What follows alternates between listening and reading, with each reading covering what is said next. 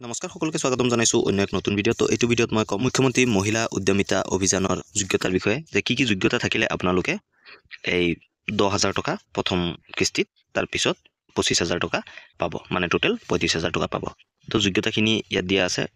এখন ফৰ্ম হয় official form হয় তাৰ বেক সাইডে দিয়া হৈছে আপুনি কেনেকৈ ফিল আপ কৰিব সেইটোৰ বিষয়ে মই অলৰেডি ভিডিঅ' এটা বনাইছো আপুনি গৈ চাব পাৰে লিংক ডেসক্ৰিপচন বক্সত দিয়া হৈ আছে আপোনালোকে তাত গৈও চাব পাৰে তো চেনেলত যদি নতুন হয় প্লিজ সাবস্ক্ৰাইব কৰি দিব লগতে বেল আইকনো দবাই দিব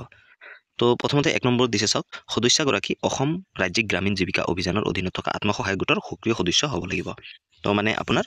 এটা ৰেজিষ্টাৰ্ড গোটৰ মেম্বাৰ হ'ব লাগিব আপুনি তাৰপিছত সদস্যগৰাকী বৈধ আৰু কাৰ্যকৰী বা সক্ৰিয় আধাৰ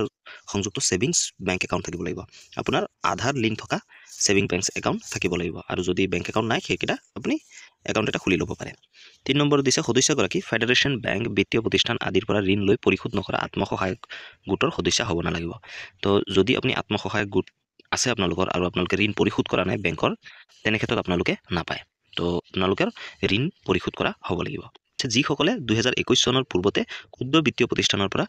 ঋণৰ সুবিধা লৈছে তেওঁলোক ডিফল্টাৰ কৰা বুলি গণ্য কৰা হ'ব তো 2021 চনৰ আগত যিবিলাকে মাইক্ৰ ফাইনেন্সৰ লোন লৈছে সিহঁতক ডিফল্টাৰ বুলি গণ্য কৰা হ'ব তাৰ পিছত সদস্যগৰাকী কাৰ্যকলাপ বা উদ্যোগৰ বাবে ব্যৱসায়িক পৰিকল্পনা থাকিব লাগিব তো আপুনি যোনটো 10,000 টকা লৈছে তেনে ক্ষেত্ৰত আপুনি সেই 10,000 টকা দি কৰিব কি তাৰ এটা আভাস দিব লাগিব বা আপোনাৰ এটা পৰিকল্পনা থাকিব লাগিব যে আপুনি 10,000 টকা দি কিবা এটা ব্যৱসায় কৰিব তাৰপিছত সদস্যগৰাকী নিজাববীয়াকৈ ন্যূনতম এটা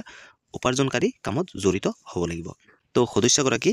নিজাববীয়াকৈ হ'লেও এটা সৰু সুৰা যোনটো কামত আপোনাৰ উপাৰ্জন আহে তেনেকুৱা কামত জড়িত থাকিব লাগিব তাৰপিছত দিছে সাধাৰণ অন্যান্য পিছপৰা শ্ৰেণীৰ ক্ষেত্ৰত সদস্যগৰাকীৰ 3টাতকৈ অধিক সন্তান থাকিব নালাগিব যদি 3টাতকৈ অধিক সন্তান হয় তেনে ক্ষেত্ৰত নাপাব যদি আপুনি OBC বা জেনেৰেলৰ হয়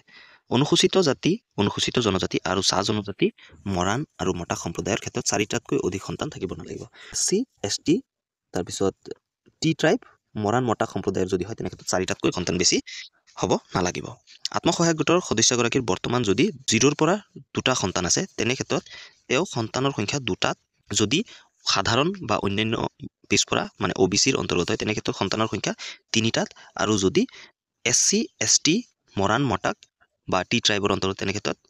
তেওঁ সন্তানৰ সংখ্যা 4টাতকৈ সীমিত কৰিব বুলি প্ৰতিশ্ৰুতি প্ৰদান সংকল্প পত্ৰ দাখিল কৰিব লাগিব যদি আত্মসহায়ক গোটৰ সদস্যগৰাকী স্কুললৈ যাব পৰা বয়সৰ কন্যা সন্তান আছে যদি আপোনাৰ কন্যা সন্তান আছে তেনে ক্ষেত্ৰত কোনো বিদ্যালয়ত নামভৰ্তি কৰোৱা হ'ব লাগিব আৰু যদি আপোনাৰ কন্যা সন্তান নাই আৰু ভৱিষ্যতে যদি কন্যা সন্তান জন্ম হয় তেনে ক্ষেত্ৰত উপযুক্ত শিক্ষা দিয়াৰ প্ৰতিশ্ৰুতি কৰিব লাগিব একেবাৰে শেষত দিছে অমৃত বৃক্ষ সময়ত ৰোপণ কৰা গছপুলিটো জীয়াই থকা আৰু বৃদ্ধি হোৱা উচিত যদি জীয়াই থকা নাই তেনে ক্ষেত্ৰত